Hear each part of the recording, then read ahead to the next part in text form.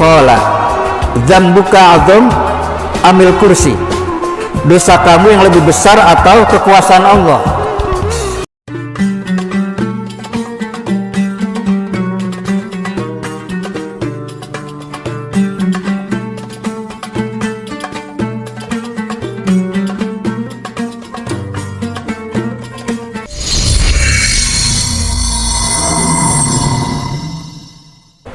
Bismillahirrahmanirrahim.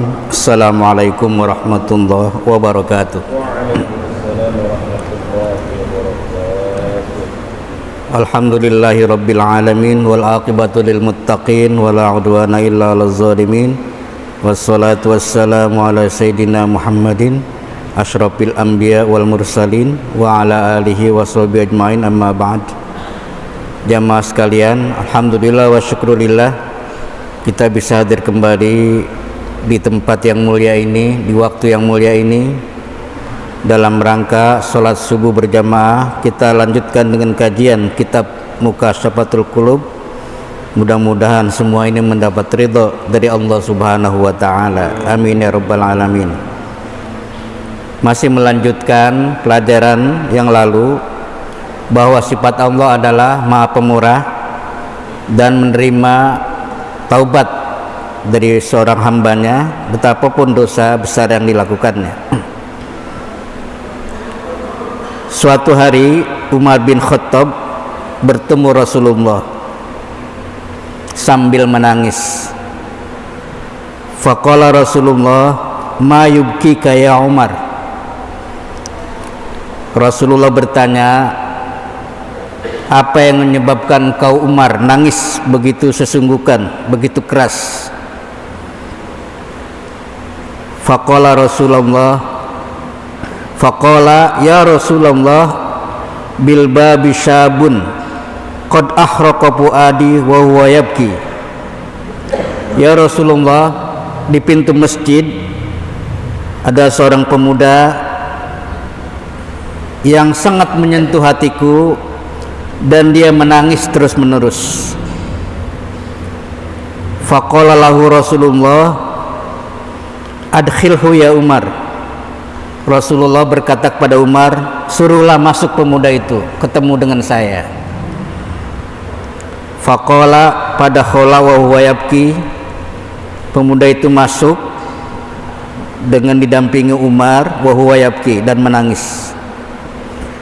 Faqala lahu Rasulullah, lalu Rasulullah bertanya kepada pemuda itu, ma yubkika ya syab, apa yang menyebabkan kau nangis?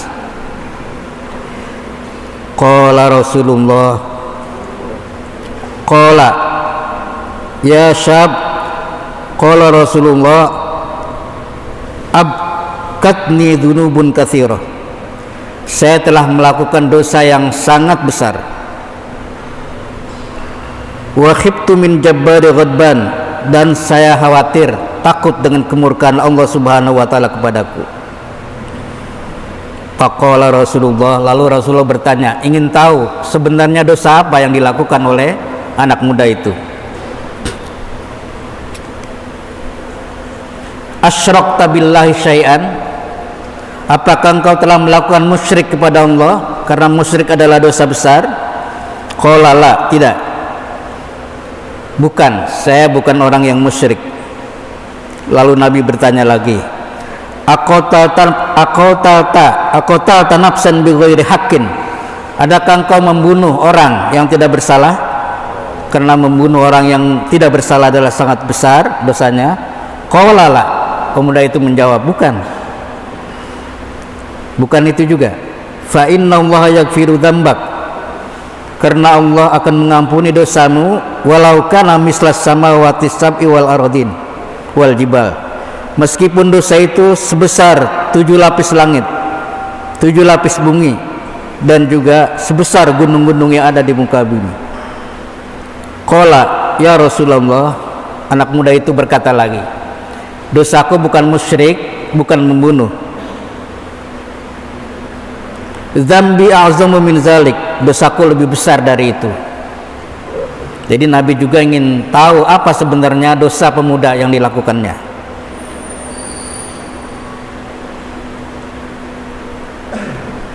Qala dzambuka azam amil kursi, dosa kamu yang lebih besar atau kekuasaan Allah?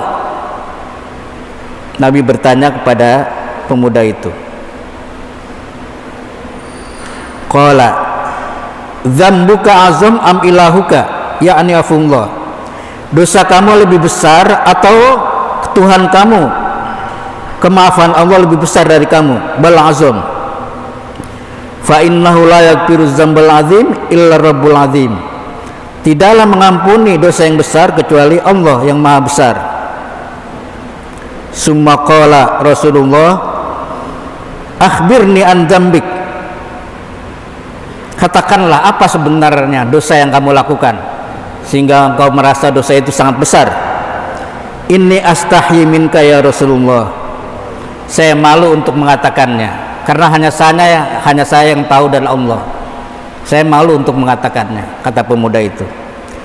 Karena Nabi mendesak pemuda itu, akhirnya pemuda ini menjawab, qala bal akhbirni, kata Nabi, bicaralah apa adanya kepada saya, beritakan, katakan apa sebenarnya dosa kamu. Qala, pemuda ini berkata, ya Rasulullah, inni kuntu anabsul kubur mundu sab'i sinin, dosaku adalah setiap ada orang meninggal, terutama wanita, aku gali kuburnya, kemudian aku buka kain kafannya dan aku setubuhi. Jadi ceritanya dia berzina dengan wanita yang sudah meninggal dunia. Mundu sab'i sinin, selama 7 tahun aku lakukan itu. Aku merasa sangat besar dosaku dan aku malu mengatakannya, ya. Jadi baru ini aku mengatakannya karena kau desak ya Rasulullah.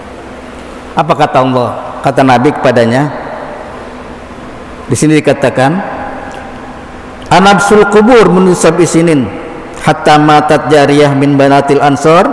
Jadi ketika ada seorang wanita Ansor meninggal dunia, masih gadis, panabastu kubraha, aku gali kuburnya, ya. Jadi sebenarnya orang yang menggali kubur lalu mensetubuhi mayat itu 14 abad yang lalu sudah ada, bukan zaman sekarang aja. Sekarang juga ada, cuma langka, ya, langka. Jadi kalau ada juga mungkin kurang waras. Karena apa? Mensetubuhi mayat, ya. Orang hidup aja kagak boleh, apalagi orang mati. Ya, orang mati nggak ngelawan dia, diapain aja. Nah gitu. Anabsul kubur, panabastu qabraha wa akhadtu kafanaha, saya buka kain kafannya, saya telanjangin. Wa madaitu ghairu ba'id, lalu saya lakukan persetubuhan dan saya dibantu oleh jin, setan yang berbentuk manusia. Jadi setiap dia menggali kubur itu dibantu oleh seseorang, ya. Itu adalah samaran daripada iblis dan setan. Jadi asal dia bantu pemuda itu, maka menggali kubur sangat cepat, ya, sangat cepat. Nah. Jadi setelah itu Nabi mengatakan bahwa, ya khudhil lima taraktani uryanatan fi askaril mauta. Jadi Allah kasih mayat ini bisa ngomong, kenapa kamu habis tubuh aku lalu aku tidak diselimutin lagi, ditelanjang begitu aja dibuka. Jadi mayat itu juga memprotes, ya. Wow, lalu berkatalah kepada itu, ya, wow kafani jamban baina adillah qala fawasaba Rasulullah, lalu Rasulullah lompat dan mengatakan, wahai pemuda, dosa yang kamu lakukan itu tidak begitu besar, ya. Meskipun kamu sudah menyetubuhi mayat selama 7 tahun, kamu tetap mendapatkan ampunan dari Allah Subhanahu wa taala selama kamu bertaubat dengan taubatan nasuha dan tidak mengulangi lagi untuk masa yang akan datang serta menyesali, ya. Jadi kalau 2 minggu yang lalu kita menjelaskan bahwa ada seorang penyamun yang sudah membunuh 99 orang, ya, diampuni. Ini juga dosa mensetubuhi mayat juga diampuni oleh Allah Subhanahu wa taala. Lalu mendengar penjelasan dari Rasulullah, anak itu bergembira lalu bertaubat. Ini artinya apa? Bahwa taubat Allah sangat terbuka kepada orang yang bertaubat, betapapun kesalahannya sangat besar.